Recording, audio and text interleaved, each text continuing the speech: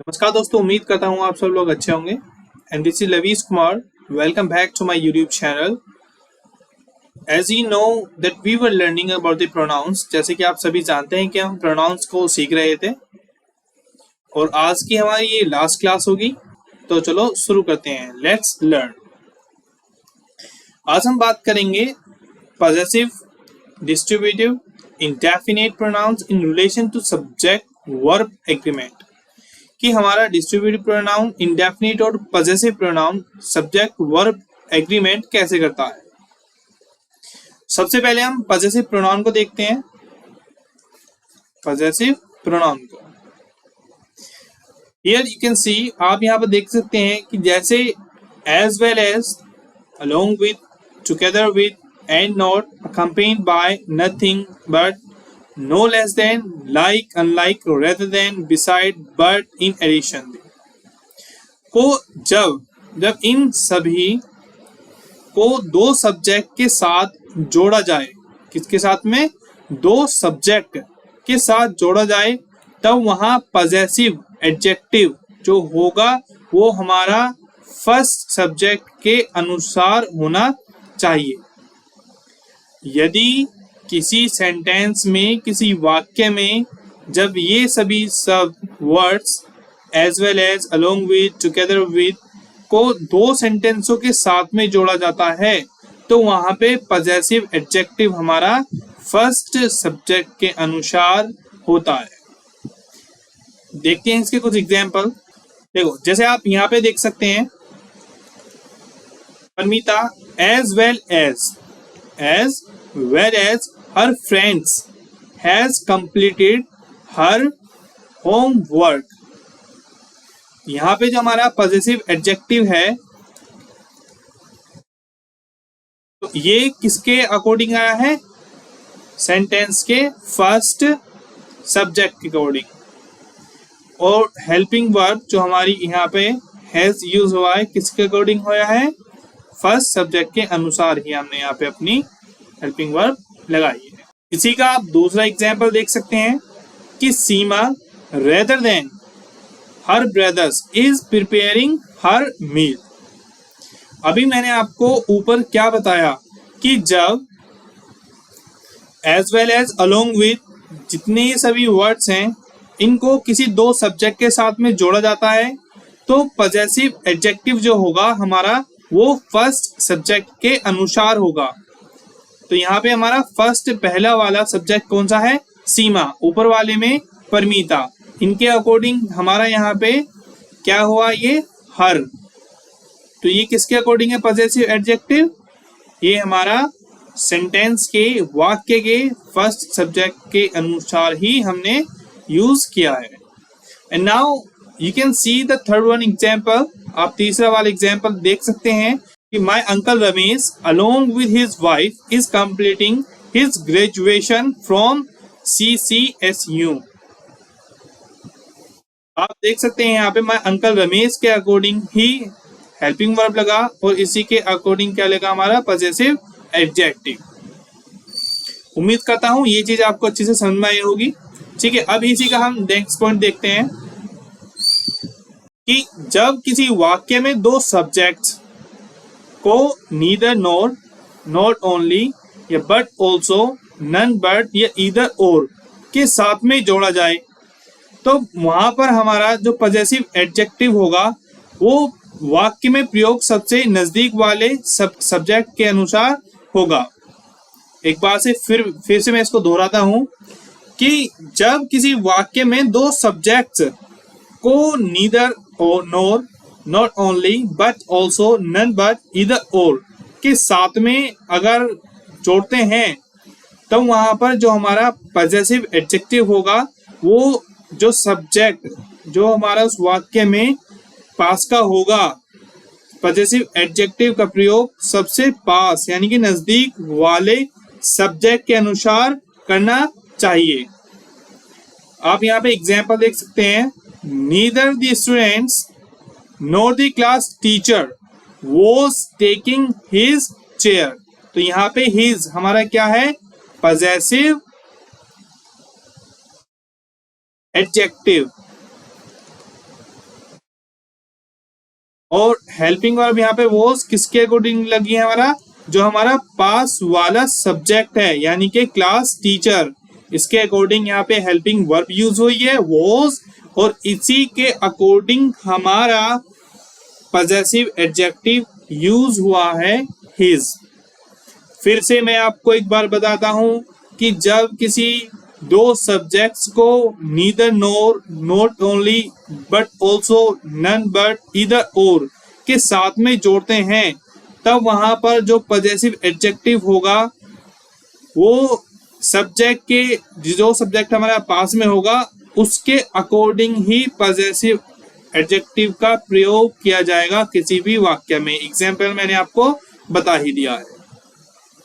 चलो थोड़ा और आगे बढ़ते हैं, इससे आगे बहुत ज्यादा प्रेसिस पॉइंट है ये, कि जब आप देखते हैं कि कलेक्टिव नाउन, ठीक है, यानी कि समूह वाचक, जो हमारी एक कलेक्टिव नाउन है जैसे कि जूरी, आर्मी, फ्लीट, क्रू, जब इनका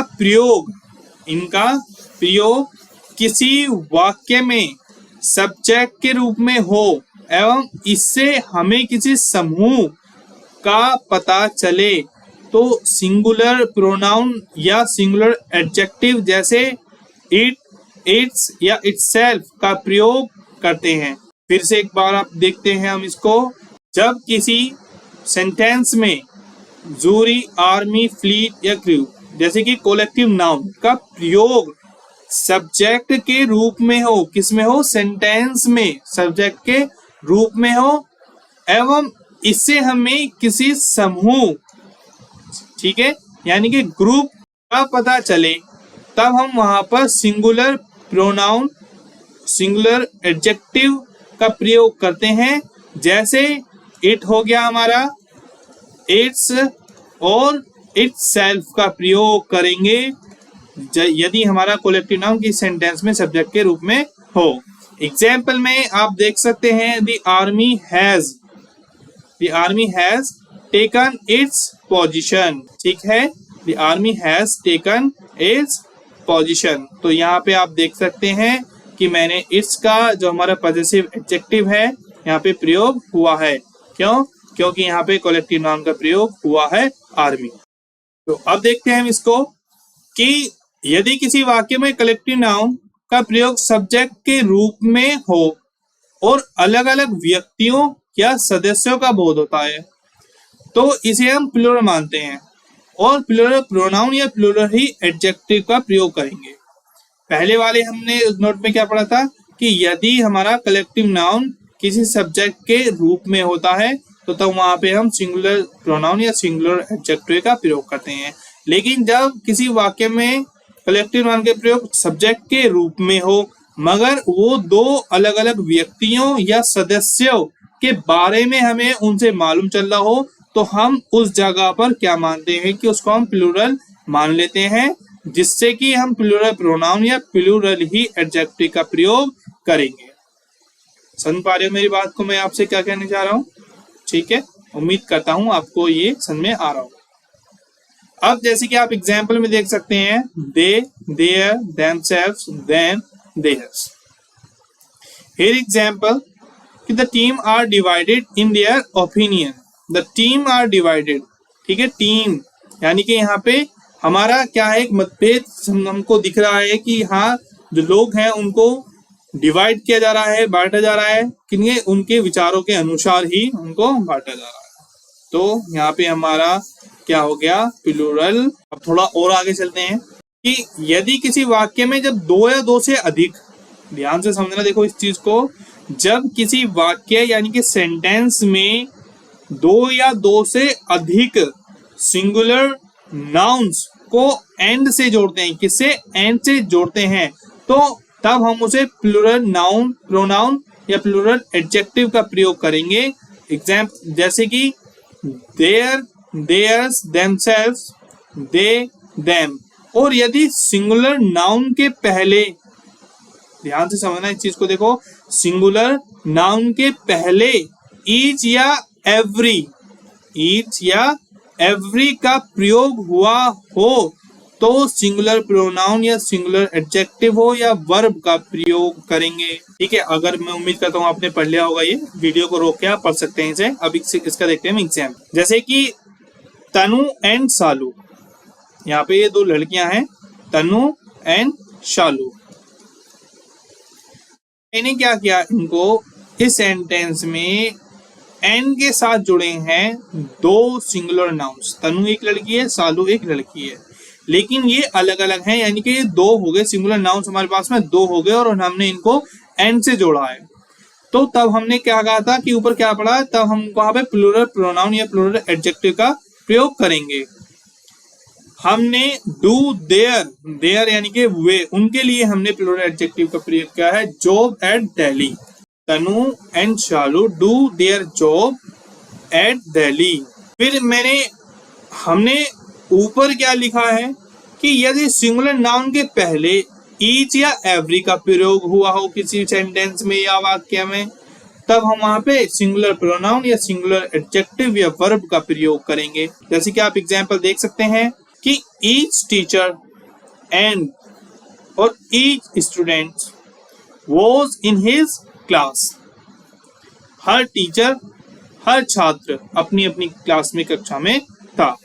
तो यहाँ पे दो सिंगुलर नाउन्स हैं जिनके पहले हमने क्या किया है, ईच का प्रयोग हुआ है। ऐसे ही यहाँ पे दूसरे वाक्य में, सेंटेंस में, every bike and every car was in its place. अब छोटा सा एक फंडा इसके अंदर और है, आप उम्मीद करता हूँ इस चीज को भी ध्यान में रख सकते हैं अगर आप प्रैक्टिस करेंगे तो। Only you need to have the practice, you just revise whatever you are being taught right now. जो भी कुछ आपको पढ़ाया जा रहा है इस वक्त, आप इसको एक बार रिवाइज करें, अदरवाइज यू विल फॉरगेट, आप भूल जाओगे सब चीजों को। What I am teaching you right now, what we are learning right now, जो हम चीज सीख रहे हैं इस वक्त, the most pressure thing is that, बस यहाँ पे सिर्फ आपको रिवाइज करने की जरूरत है दोस्तों। अगर आप रिवाइज नहीं करोगे तो आप चीजों को भूल जाओगे। हर कोई यही बोलता है, यस यही है वास्तव में। अगर किसी वाक्य में ईच, एवरी, नीदर, ईदर या एनीवन ये सभी सब्जेक्ट के रूप में हो, तो जो हमारा पजेसिव केस होगा वो थर्ड पर्सन यानी कि सिंगुलर नाउन के अनुसार होगा। फिर से मैं आपको इसको एक बार और दोहराता हूं इसको। यदि किसी वाक्य यानी कि सेंटेंस में ईच, एवरी, नीदर, ईदर या एनीवन ये सभी सब्जेक्ट के रूप में हो, तो जो पजेसिव केस यानी कि थर्ड पर्सन सिंगुलर नाउन के अनुसार होगा। एग्जाम्पल में आप देख सकते हैं, neither of the two sisters has completed their work. Neither of two sisters, तो यहाँ पे हमने जो यूज किया है वो थर्ड पर्सन यानी कि जो सिंगुलर, यहाँ पे आप देख सकते हैं सिंगुलर हेल्पिंग वर्ब का जो हमने यूज किया है सिंगुलर वर्ब हैज, और इसी के साथ में यहाँ पर देयर किसके अकॉर्डिंग हुआ है, प्लूरल के अकॉर्डिंग, लेकिन जो कि यहाँ पे गलत है। हमने अभी ऊपर क्या बोला है कि हम पजेसिव केस थर्ड पर्सन यानी कि सिंगुलर नाउन के अनुसार करेंगे। अगर किसी वाक्य में सेंटेंस में ईच, एवरी, नीदर, ईदर या एनीवन सब्जेक्ट के रूप में होता है, नीदर हमारा यहाँ क्या है, सब्जेक्ट के रूप में ही प्रयोग हुआ है, नीदर ऑफ टू सिस्टर्स, तो यहाँ पे टू सिस्टर्स के अकॉर्डिंग हम इसका प्रयोग नहीं करेंगे, इसलिए हैज किसके अकॉर्डिंग जाएगा, नीदर के अकॉर्डिंग, और कंप्लीटेड हर वर्क, यानी कि ये हमारा पजेसिव केस थर्ड पर्सन के अनुसार हमने इसका प्रयोग करना है। इसी तरह से आप देख सकते हैं each of us is completing our work properly, तो यहाँ पे हमारा आर यानी कि ये गलत है, ये यहाँ पे हमें यूज नहीं करना है।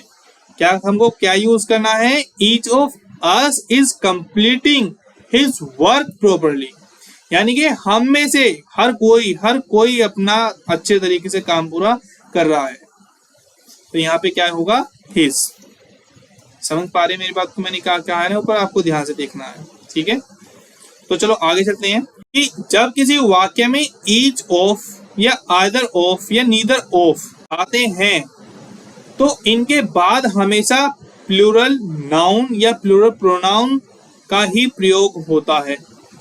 जब किसी वाक्य में या सेंटेंस में ईच ऑफ या ईदर ऑफ या नीदर ऑफ अगर आते हैं तो हमेशा इनके बाद में प्लूरल नाउन या प्लूरल प्रोनाउन का ही प्रयोग होगा। इस बात को आपको दिमाग में बिल्कुल अच्छी तरीके से रख लेनी है। जैसे कि आप देख सकते हैं, each of the girl has a beautiful house. Each of the girl, अभी हमने ऊपर क्या बोला कि यदि किसी वाक्य में ईच ऑफ या नीदर ऑफ या ईदर ऑफ का प्रयोग होता है तो उनके बाद हमेशा प्लूरल नाउन होगा या प्लूरल प्रोनाउन होगा। तो यहाँ पे गर्ल्स आएगा। ठीक है, तो उम्मीद करता हूँ आपको ये चीज देखो अच्छी लगी होगी। And please don't forget to give your feedback. अपना फीडबैक मत देना, बिल्कुल भी ना भूलो दोस्तों। और जितना भी हो सकता है ज्यादा से ज्यादा लोगों को इस चैनल पे ज्वाइन करने की कोशिश करो। जैसे कि आप जानते हैं कि जीएस की क्लासेस रेगुलर आ रही हैं, तो सुबह मॉर्निंग में 8 बजे मैं उम्मीद करता हूँ हर लोग जितने भी इस चैनल से जुड़ चुके हैं वो प्रैक्टिस करते होंगे। यदि आपको लगता है कि इस टॉपिक्स पे क्वेश्चन लेके आने चाहिए या ये टॉपिक यहाँ पहले कवर होना चाहिए या फिर आप कुछ भी जो आप कहना चाहते हैं आप कमेंट बॉक्स में कमेंट कर सकते हैं या हमारे टेलीग्राम चैनल को ज्वाइन कर सकते हैं। So have a good time. मिलते हैं अपनी नेक्स्ट क्लास में।